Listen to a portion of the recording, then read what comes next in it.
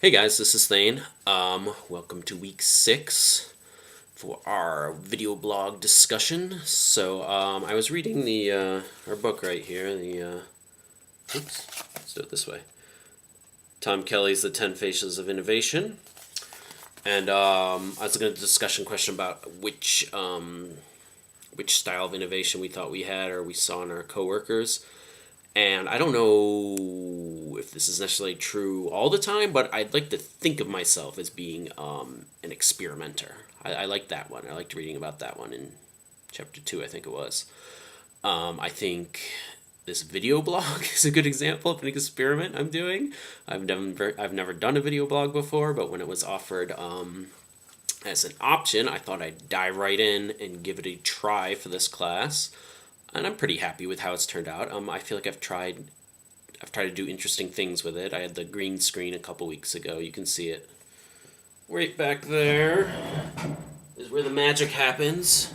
That's my green screen, my green wall in my basement here that works pretty good as a green screen.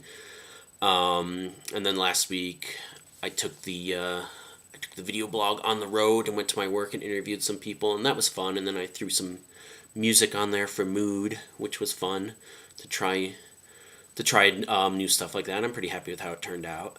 So in that sense, I think I'm an experimenter. I think I liked how they talked about setting the bar really low for experimenting.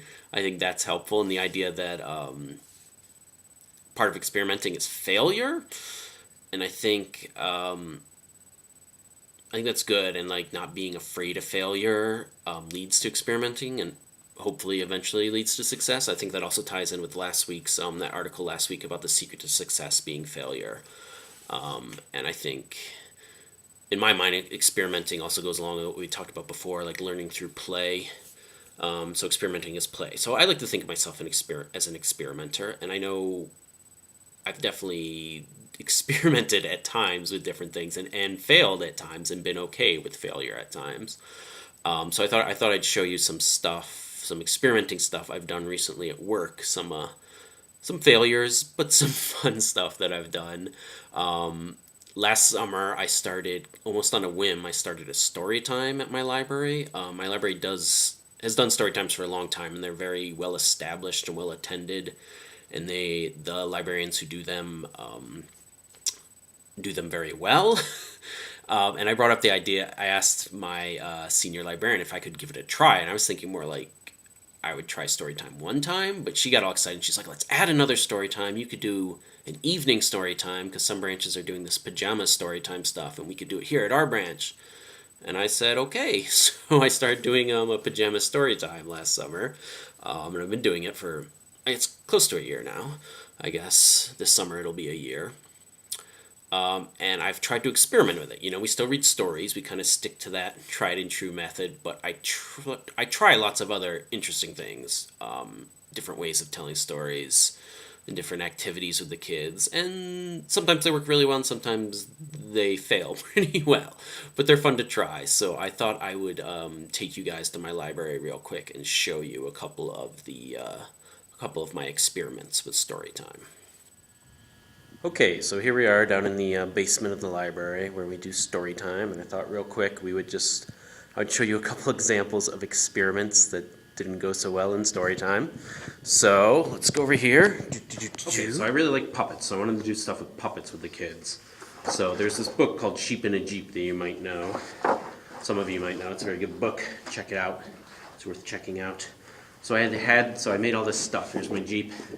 Here's my sheep puppets, and I had the kids act out sheep in a Jeep. We had a little set, so we had a bunch of sheep driving our Jeep, and the Jeep got stuck in the mud, and we had the pigs. We had kids who were pigs come push it out of the mud.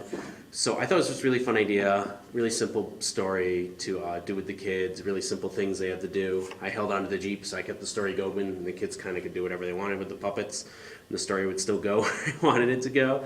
But it was kind of just a big mess. It was just kids running around with their puppets, kind of doing their thing, which is fine, but like it didn't really tell the story the way I wanted to tell it. So then I decided, let's get rid of the kids. Next puppet performance, we're just gonna have professionals. So I dragged in a bunch of my co-workers to help me out and do the paper bag princess. So we had like the paper, here's our princess. She actually had a paper bag. I don't know what I did with the paper bag, it's missing. We acted out the story of the paper bag princess and the dragon who comes out. I'm a very busy dragon, I can't eat you today, blah, blah, blah. And that went pretty good. That was a good story. I think the performance went well, but it took a lot of time and a lot of staff time to practice it and then put it on, and it took, less than 10 minutes to perform. So I decided maybe that wasn't the greatest use of story time or library resources. So I've kind of toned down my puppet productions. What I do now is more along the lines of something like this, where we have our barn, and we sing, Old MacDonald had a farm, E-I-E-I-O, and on that farm he had and the kids have to guess what's going to come out. So what do you think's going to come out? Octopus? Tarantula? No, it's a sheep! And the kids love it. They love guessing what's coming out. And it's super simple, and it doesn't take a lot of time, and it keeps their attention, and it's not a big disaster. So that's what I do with puppets now in story time. But it started kind of with this grand experiment that didn't go so well. Another thing that I was really proud of that I thought was going to work great that didn't work so great was some of you might know the book Chicka Chicka Boom Boom, and I made a tree. See my tree there? That's my Chicka Chicka Boom Boom tree. And I had all these letters on balls. See that? That's the letter A on a ball. And I had the kids, I rolled out the balls, and the kids were supposed to act out the story where like the letters climb the tree. Climb up the coconut tree. And they would put the balls in the tree, because it can hold balls. But once the balls went out, the kids kind of just went crazy and played with the balls. And they kind of put them in the tree when I asked them to, but they constantly, boom, knocked over the tree. Constantly. And all the balls didn't fit in the tree. So that was kind of a big, it was fine, but it didn't exactly go the way I wanted it to. But that one I decided I would try again because it was so good, and I was so proud of my coconut tree here. I think looks really good. So then I tried it again, this time with magnet letters that I would only hand out one at a time. It's like, and then the U went up the tree. Who wants to put the U up? And they're all like, me, me, me, me, me. And they grabbed the U, but they would still knock over the damn tree with the U, because these kids are not gentle. But that went better, but maybe not so good. But it was still fun. I still like my coconut tree. I'm still going to work on it until we get to a point where it works well. But those are just a couple of silly things I've done with Storytime that I think show a experimental innovation, I guess, is what I'm going for.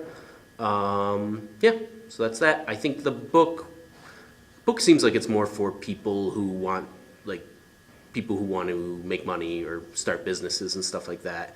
It doesn't totally, my stuff I feel like is a lot more lighthearted and maybe not as product-based as a lot of stuff in the book is, but I think the gist is still the same, and I think the idea of innovation is good and should be done, and I try to do it through experimentation. And that is all I have to say for this week. See you guys next week.